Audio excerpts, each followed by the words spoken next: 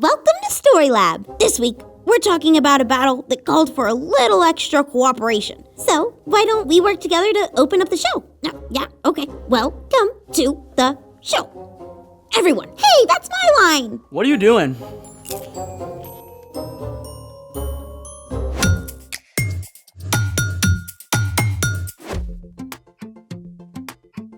Hey guys, I'm Skylar. And I'm Sebastian. And I'm Puppet Skylar. And I'm Puppet Sebastian.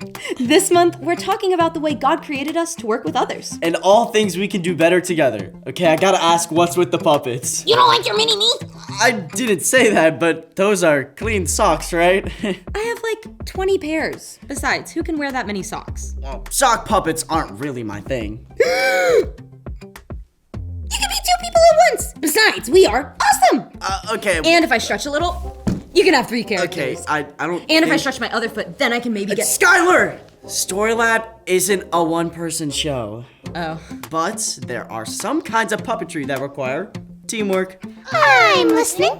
One form is bunraku puppetry from Japan. It's hundreds of years old. The puppets are usually about 4 to 5 feet high. Because the puppets are so big, it usually takes 3 people to control it. One does the legs, another does the left arm, and the other does the head and right arm. How do they operate it without turning it into a puppet pretzel? You want to build one and find out? Of course! Let's make it!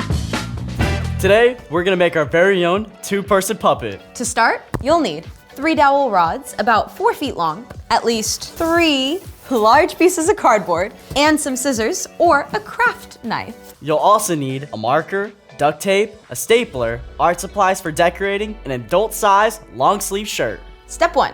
Lay out 1 piece of cardboard and using a marker, draw the shape of the head you want. Step 2. Using a large pair of scissors or a craft knife or even some tin snips, cut out the head. Warning! Always get a grown-up to help when you use sharp tools. What he said. Step 3. Take 1 of your dowel rods and stick it to the back of the head using duct tape. The stronger, the better. Voila! Step 4. Draw and cut out the hand in the same way you did the face. You can use a template if you have one. Step 5. Attach your other dowel rod to the bottom of the hand using the duct tape.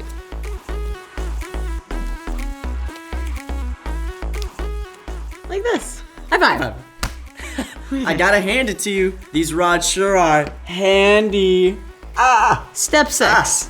Put the rod with the head down through the top of the shirt and then either tape or staple the top of the shirt to the bottom of the head. And then you're gonna do the same for the dowels with the hands and the shirt sleeves.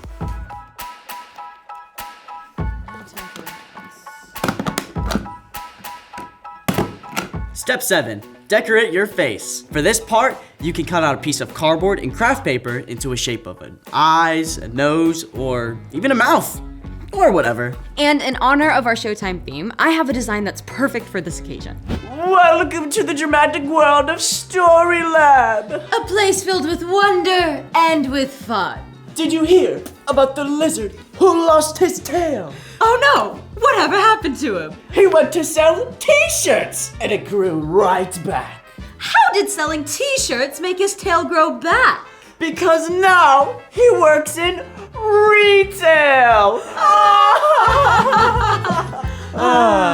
Wow, working together has been something. But now it's time for... The story before the story.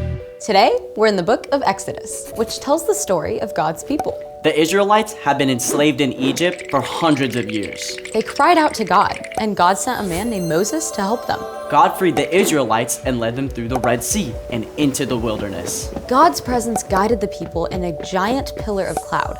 And God gave them food from heaven and water from a rock. But even though the Israelites were free now, life in the wilderness wasn't easy. Which is where our story starts. Take it away.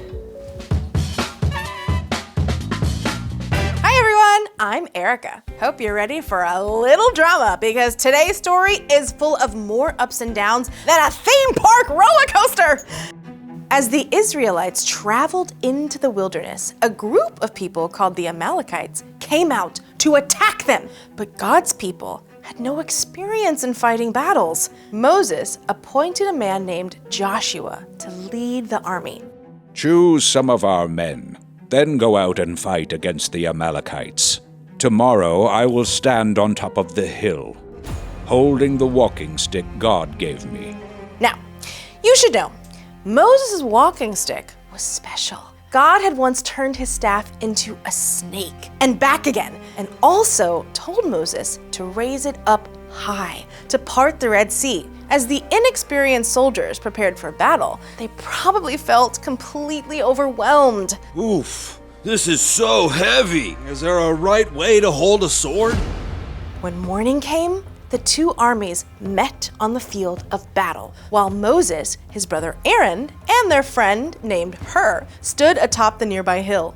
Moses raised his hands with the staff, and the battle went well for God's people.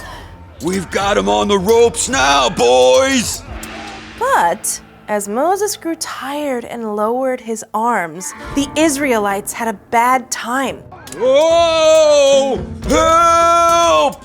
But, as you can imagine, Moses put his arms right back up in the air. And sure enough, the Israelites began to win again. But as the battle continued through the heat of the day, it became harder and harder for Moses to keep his hands up.